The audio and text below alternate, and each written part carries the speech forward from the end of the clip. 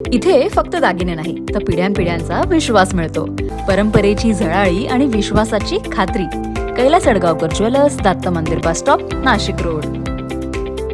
शनिवारी रात्री आदर्श सोसायटीमध्ये उभ्या असलेल्या 2 चारचाकी वाहनांच्या काचा फोडून नुकसान करणाऱ्या 6 संशयितांना अंबड पोलिसांनी ताब्यात घेत त्यांना कायद्याचा बालेकिल्ला दाखवला आणि या प्रकरणी अमर वझरे यांनी अंबड पोलीस ठाण्यात दाखल केलेल्या फिर्यादीनुसार शनिवार दिनांक 27 सायंकाळी ते घरी नसताना अज्ञात व्यक्तींनी सोसायटीत उभ्या असलेल्या 2 वाहनांच्या काचा फोडून नुकसान केले. रात्री घरी परतल्यानंतर हा प्रकार त्यांच्या निदर्शनास आला. त्यानंतर त्यांनी तातडीनं पोलिसांना माहिती दिली. काही नाही, माझं नाव अमर वझरे. मी राहिला आदर्श सोसायटी सिडको ऑफिसच्या मागे आहे. सदर हा आमचा सोसायटीचा परिसर असून इथे आमच्या सर्वांच्या गाड्या पार्क असतात. त्या पद्धतीने इथे एक माझी गाडी समोर खाली आमचे एक वाकारकर म्हणून राहतात, त्यांची गाडी अशा इथे 5-6 गाड्या आम्ही पार्क केलेल्या होत्या.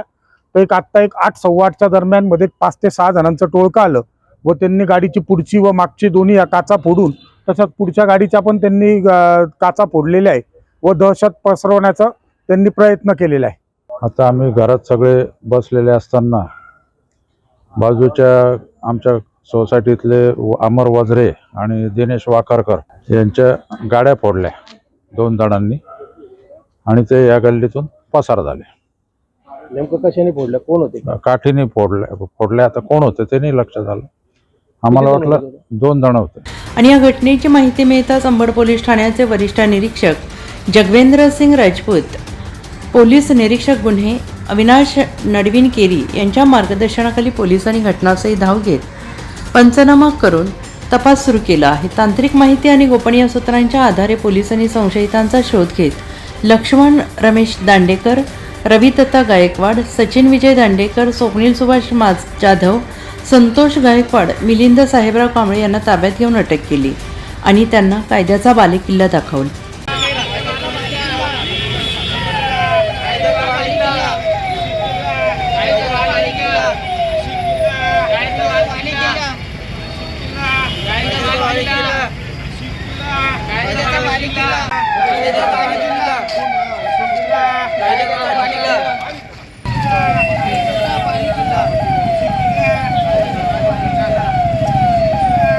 त्यानंतर अंबड पोलिसांनी सर्व संशयितांना त्याच एरियात नाशिक जिल्हा कायद्याचा बालेकिल्ला असे बदवून घेतले.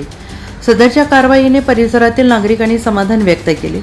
NCN न्यूजसाठी सचिन दिवटे, नवीन नाशिक.